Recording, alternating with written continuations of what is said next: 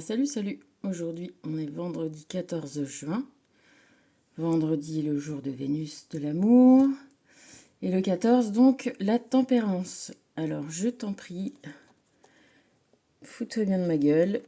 Je me suis encore trompée de jour. On était bien le mercredi, mais on était donc le 12. Et écoute, j'avais hâte qu'on soit au 13. Le 12, c'est un petit peu juste avant. C'est le moment du retournement de la situation. Quant au 13, on est là dans la transformation, dans le changement. Alors tu vas voir que c'est rigolo parce que là, l'univers m'en veut pas vu que on a chopé le Koan 1 et le Koan 2. Voilà, donc on a le 12 qui s'invite là aujourd'hui. On fait une petite récupération. Parce que voilà. Donc le 1 qui pose la question et le 2, se trouver soi-même, c'est se perdre soi-même. Et voilà, là on comprend bien qu'on récupère tout ce qu'on avait dans le 12, qui est, voilà, la question fondamentale, qui je suis? Qui je suis en tout, tu vois, qui est envisager mon être qui va bien au-delà de la petite partie qui est incarnée dans le corps. Et, euh, et qu'est-ce qu'est ce... Voilà, comment s'envisager en fait en tout.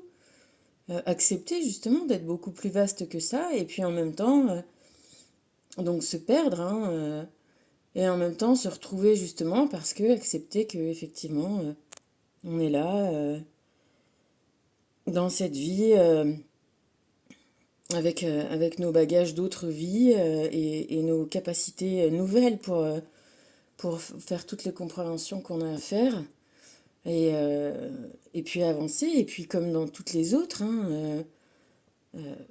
prendre conscience qu'on a vraiment tous les moyens de faire de notre vie quelque chose de chouette, qui va nous plaire, qui va nous nourrir. Alors oui, pas... Effectivement, la facilité, le mythe de la facilité, c'est un mythe et en plus, je sais pas, on a tous expérimenté le plaisir de réussir à faire quelque chose de difficile à faire. Voilà, donc en fait, tout ça, c'est fait pour qu'on trouve tout le temps le courage et en étant persuadé qu'on va réussir à surmonter tout. Parce que si on remet finalement toutes les choses à sa place, voilà, encore une fois, on en revient à Harry Potter et à regarder les choses sur une situation d'un point de vue où on les ridiculise et effectivement les remettre à leur place et nous à la nôtre. Et en ça, tu vois, c'est toujours intéressant de regarder ce que disent les Égyptiens. Ce qu'ils nous montrent, c'est que, voilà, ils se représentent comme des géants. Ils n'étaient pas géants, tu vois, mais c'est quand même aussi pour montrer l'esprit de l'homme, tu vois, la représentation de ces statues. Je te dis ça, ça me vient comme ça, mais tu vois, et ça me fait des frissons quand je te le dis parce que je me dis que ça, c'est vrai en fait. C'est notre esprit, il est ultra puissant, bien plus puissant que notre corps. Alors notre corps, si on l'entretient et qu'on le manage bien, voilà, on peut en faire des bons trucs. Mais voilà, si on arrive à envisager notre être par la force de notre esprit, voilà, imagine-toi comme un colosse de même nom. Et c'est ce que tu es, enfin, au minimum en fait. Donc les énergies divines, voilà, pareil, elles m'en veulent pas, hein.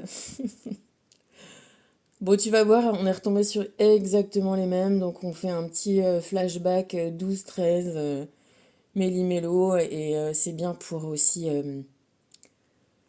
enfoncer le clou, hein. Voilà, imagine des solutions dans la vastitude de ton esprit, de tes possibilités, de tes capacités. Voilà, c'est ce que les Anglais disent thinking out of the box. Voilà, pense hors de la boîte, imagine autre chose, autrement. Tu sais, ça c'est. Moi j'aime bien l'architecture et en fait, ouais, peut-être que voilà, il y a eu. Bref, j'aime bien l'architecture et intérieur, extérieur, tout, mais tu vois, c'est difficile de regarder les choses en essayant de s'extraire de ce qui est déjà, tu vois, et de faire genre améliorer ce qui est déjà, mais sans rien reconfigurer. Non, vas-y, essaye de reconfigurer, quoi. Mets tout à zéro, enlève tout, et, euh, et voilà, et réimagine, tu vois? Bref, bon, t'as compris. Sois fidèle à toi-même, ben, là-dedans, fidèle à soi-même, c'est pas à faire comme on fait toujours, hein. Fidèle à soi-même, c'est faire comme son cœur souhaite. Voilà, c'est ça, être fidèle à soi-même.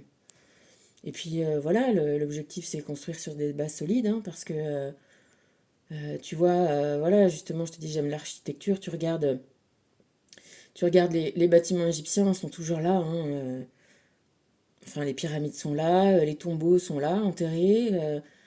Tu vas voir les cités au Pérou, tu regardes comment sont faits, regarde les murs de Machu Picchu, regarde comment c'est fait. Et ça, c'est fait pour résister à tout, au temps. Parce que sinon, hop, un petit tremblement de terre et ciao, quoi. Donc voilà, nous, on construit par notre vie éphémère, on construit aussi une âme éternelle. Donc ce qu'on fait, ça compte. Voilà, ça compte. Mais tu vois, comme on n'emporte rien, voilà, on construit pas du matériel, nous, dans nos vies, on construit du solide, tu vois, du solide du cœur. C'est ça, le solide qu'on part avec, même si c'est pas très français comme phrase.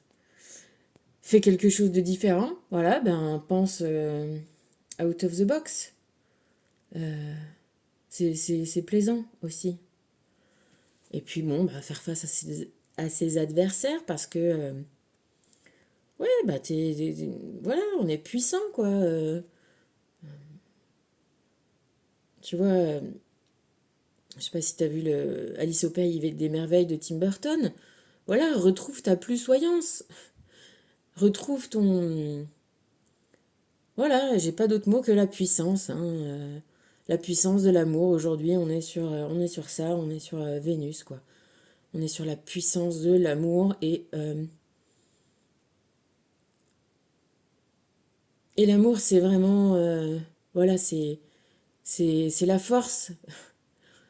Elle est ta meilleure alliée en ce monde. Métatron nous dit que tu crées ta vie par tes pensées. C'est les fenêtres. Les fenêtres représentent la récolte de tes pensées. Cultive un regard neuf sur ta vie, tes rêves et sur ce que tu souhaites voir se dérouler au cours de ta présente incarnation. La vision de ton avenir repose sur les sentiments que tu portes actuellement à ton égard et des pensées positives. Mais vraiment, c'est marrant, tu vois, parce que... voilà, enfin... moi, je trouve que c'est cohérent. C'est cohérent. Les messages sont cohérents, c'est cohérent. Ce monde-là est cohérent. Et on est là pour comprendre la cohérence. Et la cohérence, encore une fois, on va revenir aux Égyptiens. D'ailleurs, on appelle ça la cohérence cardiaque. C'est un nouveau truc. Et ben, c'est la cohérence du cœur. Et c'est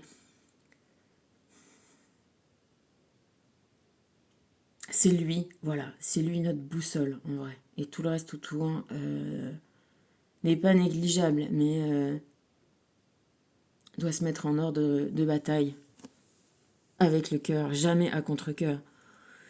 Là, Michael te parle de prémonition. Pour tout te dire, hein, elle était sortie, mais à la fin, comme j'avais coupé la vidéo sans faire gaffe, et ben tu l'as pas eu. Et ben c'est encore une fois cohérent parce que c'est reviendu. Prémonition, un événement dont tu es arrivé est sur le point de se produire dans ta vie. Sois à l'affût et attentif car il t'apportera un vent de changement. Ton chakra du troisième œil est ouvert et tu as la capacité de voir des choses que la plupart des gens ignorent. Voilà, regard, cœur, regard, intuition, connexion, et on est dans le thème. Je te fais un gros bisou. À plus.